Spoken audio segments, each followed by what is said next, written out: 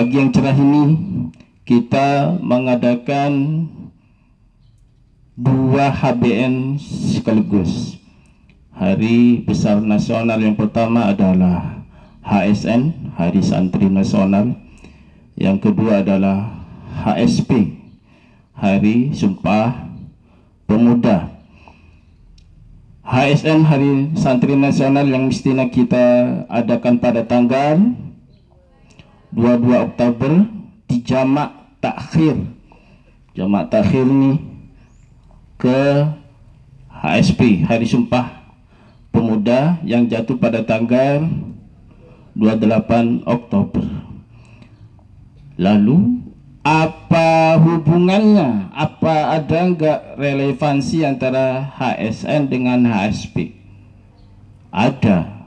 Dua-duanya adalah kata kuncinya adalah kata muda, kata pemuda. Santri itu pasti pemuda. Tidak semua pemuda adalah santri. Kita tepat berarti kita ada di posisi pemuda. Hari Santri itu ditetapkan oleh Presiden sebagai penghargaan atas jasa yang terlupakan, bahwa kemerdekaan Indonesia itu tidak lepas dari pesantren dan tidak terlepas dari santri dan para ulama. Makanya ditetapkan Hari Santri di tanggal 22 Oktober itu adalah sebagai penghargaan, di mana pada tanggal 22 Oktober itu Hadratus Syekh Hasyim Asy'ari mengeluarkan satu fatwa, yaitu resolusi jihad, sehingga menggerakkan kaum muda santri dan para ulama pada saat itu untuk mempertahankan kemerdekaan Indonesia. Dan akhirnya pecahlah perang ketika Belanda bersama sekutunya mau datang ke Indonesia untuk merebut kemerdekaan Indonesia yang sudah diproklamasikan. Tetapi mereka akan datang ke Indonesia untuk menyerang kembali. Maka Hadratus Syekh Muhammad Hasyim Asy'ari mengeluarkan sebuah resolusi. Maka tanggal 10 November di Surabaya itu pecah perang santri melawan agresi militer Belanda bersama sekutunya.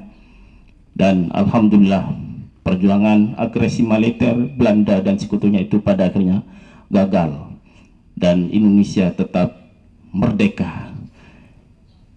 Itulah santri. Santri itu adalah identik dengan pemuda. Pemuda itu identik dengan idealisme yang kuat, energik orangnya, idealisme yang tinggi, mimpi-mimpi yang tinggi, semangatnya yang masih tinggi. Maka santri kalau masih ada yang letoy, itu bukan santri yang pemuda. Santri yang pemalas itu bukan santri yang pemuda. Maka santri mesti dia punya target. Saya selama jadi santri harus ngapain, apa yang mau dicapai nanti ketika saya menjadi dewasa, keluar dari pesantren. Maka itulah bagaimana kita memaknai, melanjutkan perjuangan santri untuk merebut kemerdekaan saat ini adalah bagaimana santri ke depan bisa berkontribusi untuk negara ini dalam memperjuangkan dan menciptakan bangsa yang cerdas dan sejahtera. Maka santri itu tidak boleh lepas dari sukses. Santri itu harus sukses. Sukses itu tidak bisa hanya dimaknai dalam bentuk materi. Santri itu harus sukses dalam berkontribusi untuk masyarakat yang besar, sehingga pribadi-pribadi yang diharapkan oleh Rasulullah, khairun nas anfa'uhum linnas, itu bisa dimulai dari santri. Yang kedua, aktif. Santri itu harus aktif. Tidak boleh santri hanya menjadi pasif, hanya menerima apa adanya. Santri harus aktif menatap Santri harus aktif dalam memberikan manfaat untuk orang lain. Saat ini yang bisa dilakukan oleh santri itu adalah bagaimana santri bisa mengentaskan buta huruf yang masih besar. Buta huruf hijaiyah saat ini masih tembus 60% dari penduduk Indonesia. Berarti Indonesia masih banyak yang belum bisa ngaji. Itu tugasnya santri. Santri yang harus, wabil khusus hafizat begini nih, ini harus bagaimana mendakwahkan Al-Quran, memberikan pengajaran. TPK sudah siap menunggu kalian. Yang ini kelas 11 sudah, alhamdulillah sebagian mereka sudah berkiprah. Kelas 10 tahun depan sudah mulai aktif memaknai santri. Saya santri, saya harus mengajarkan ilmu saya. Jadi pena, senjata yang saat dulu diangkat oleh para santri, saat ini santri yang bisa diangkat senjatanya adalah senjata ilmu. Maka angkat ilmu kalian untuk ditebarkan ke banyak orang, sekecil apapun, walaupun hanya alif, ba, ta, tha. Itu adalah perjuangan, itu adalah upaya mencerdaskan bangsa, itu adalah upaya bagaimana agar degradasi moral, degradasi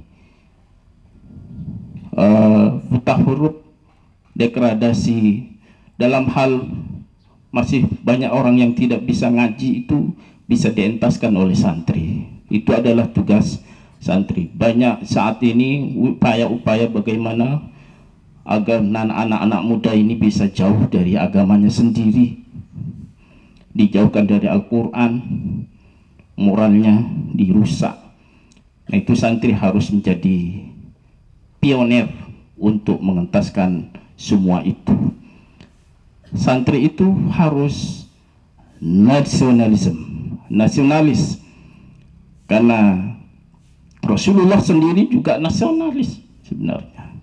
Dalam beberapa hadis Rasulullah itu menunjukkan bagaimana beliau begitu cintanya kepada Mekah, sampai berdoa, ya Allah, jadikan hati ini cinta kepada Mekah sebagaimana Engkau jadikan hati ini cinta kepada Madinah. Sebenarnya beliau tidak mau meninggalkan Mekah, tetapi karena diusir oleh penduduknya sendiri, maka beliau hijrah ke Madinah. Tanah kelahiran Rasulullah itu adalah Mekah. Maka kita harus cinta negara kita, negara Indonesia.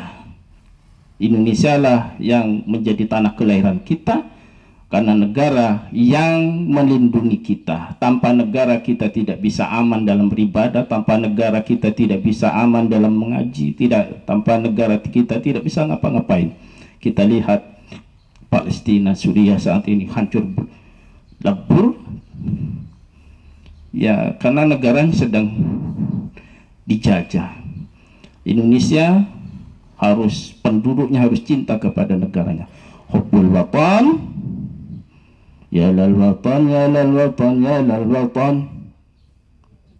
Hubbul watan minal iman. Enggak tadi nyanyiin tadi toh. Ini juga mestinya itu, ya lal watan. Hubbul watan minal iman. Cinta tanah air itu adalah bagian dari iman. Santri itu harus toleran,